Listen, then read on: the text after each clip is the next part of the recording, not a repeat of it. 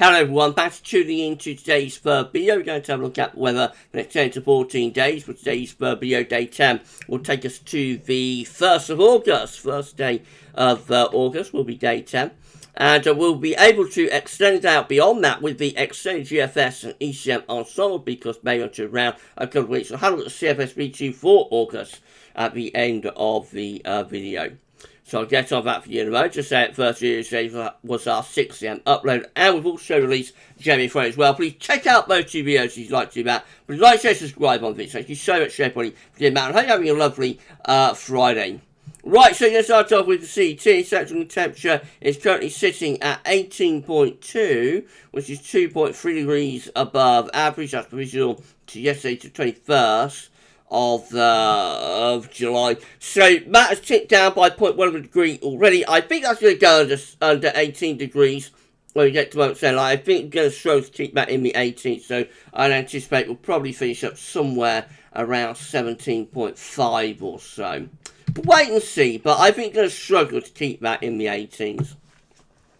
These are the GFS upper air temperature and precipitation ensembles next couple of weeks. On at London today, so red line is the 30-year upper air temperature average of London, starting off close to average at the moment. We will find the upper air temperature becoming warmer over the weekend into the beginning of next week, so Sunday in particular could be quite hot actually in the far southeastern corner, but then again you see that the upper air temperature then starts to slide away as we go through into the middle part of next week, becoming cooler once again, then ticking back up perhaps right at the very end of the month.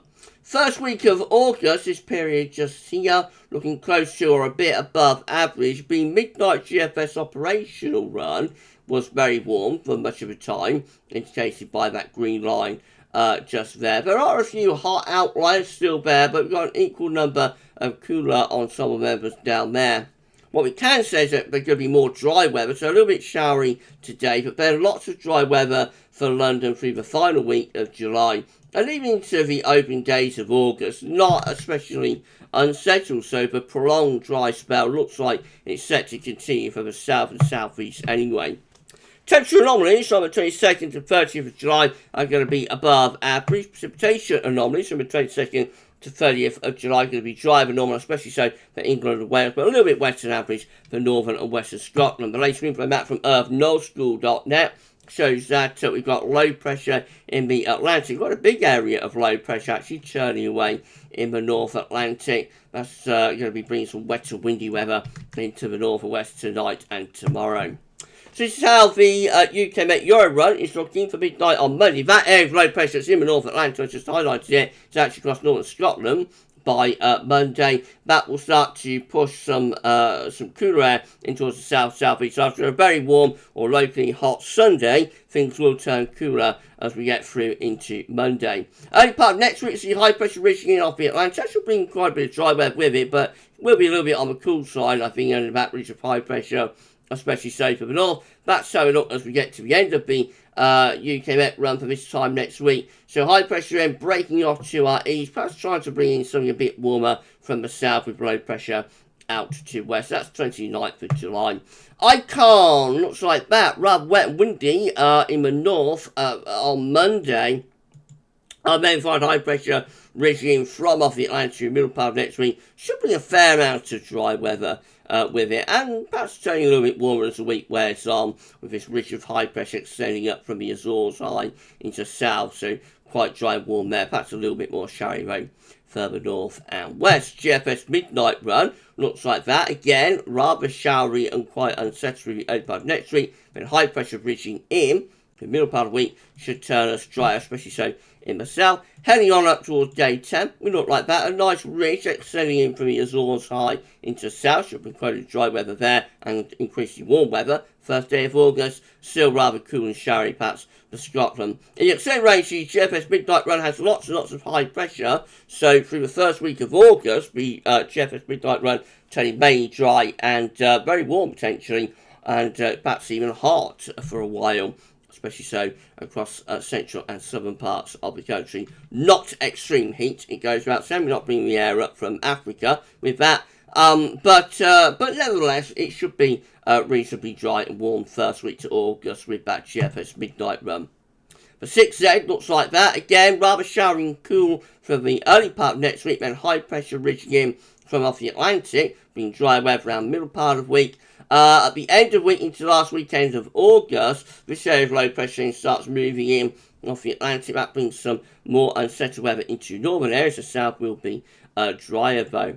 And then beyond that, into the extreme range again, high pressure ridging in from the Azores through the first week of August brings a lot of dry and reasonably warm weather to the south, but always do a bit more unsettled further north. We get to the end of the GFS midnight run, pulling the high pressure out to our west and bringing something a little bit cooler from the northwest. It looks more mixed. We say this in January Friday, you know, a rather mixed August could be on the way, which means that for the south there could be quite a dry weather, but the north probably cooler and more unsettled at times. If you enjoyed the video, then please can you like, share, subscribe. Thank you so much everybody for doing that. We have now hit 14.1k subscribers.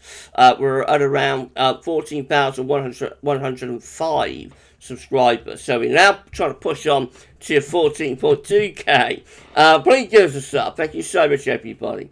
Right, GM, looking like that again. Low pressure and shower conditions for the early part of next week, a little bit on the cool side as well. Then high pressure ridging in through the middle part of the week, bringing quite a bit of dry and warmer weather with it. As we head up towards day 10, we're back into something a little bit more cooler and showery, especially there around day 9. That's the last day of July before the high pressure patch comes back in for the first day of August, day 10.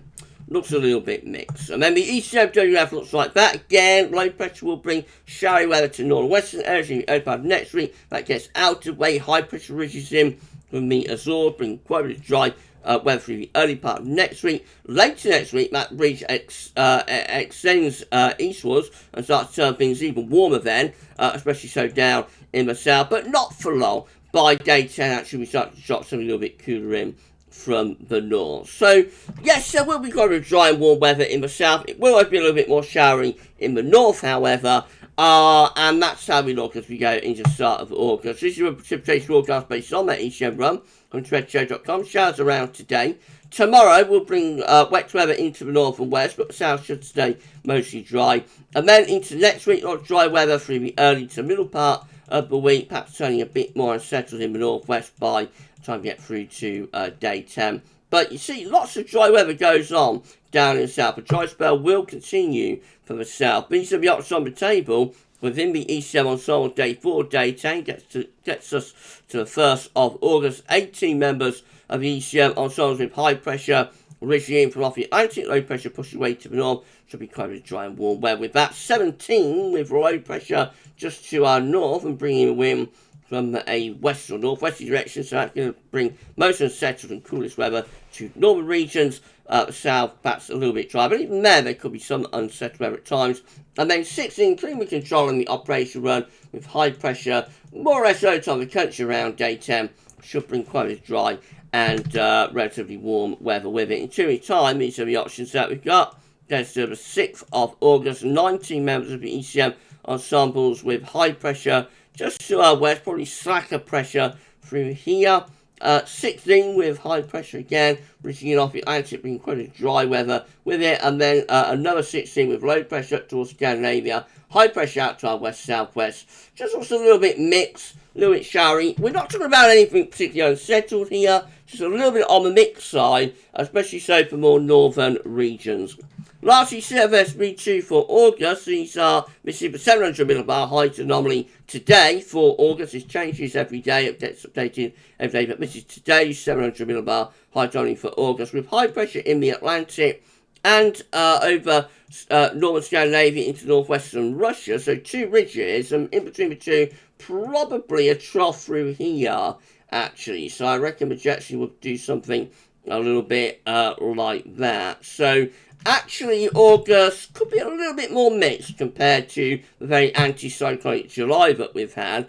The temperature anomaly is about average, a little bit above, not excessively hot, and the precipitation anomaly shows no particular signal either. A little bit of a mysterious August, but I think the weather prospects could be shaping up to be rather more mixed at August compared to July. We'll wait and see though. If you enjoyed the video, please can you like, share, subscribe. Thank you so much for doing that. Tell your friends and family to subscribe as well. Amazing, incredible. Thank you so much. And drop a comment. Let us know what you think this and all of our videos. Thank you so much, everyone. And we're done then with today's video. So just tell you what's coming up tomorrow. We're now 6 AM upload. We'll have the ECM WF 42 days / 6 weeks okay. We'll have the 10 to 14 day as well as a weekend forecast. So a busy day on the way tomorrow.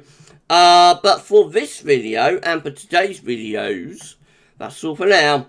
And thanks for watching.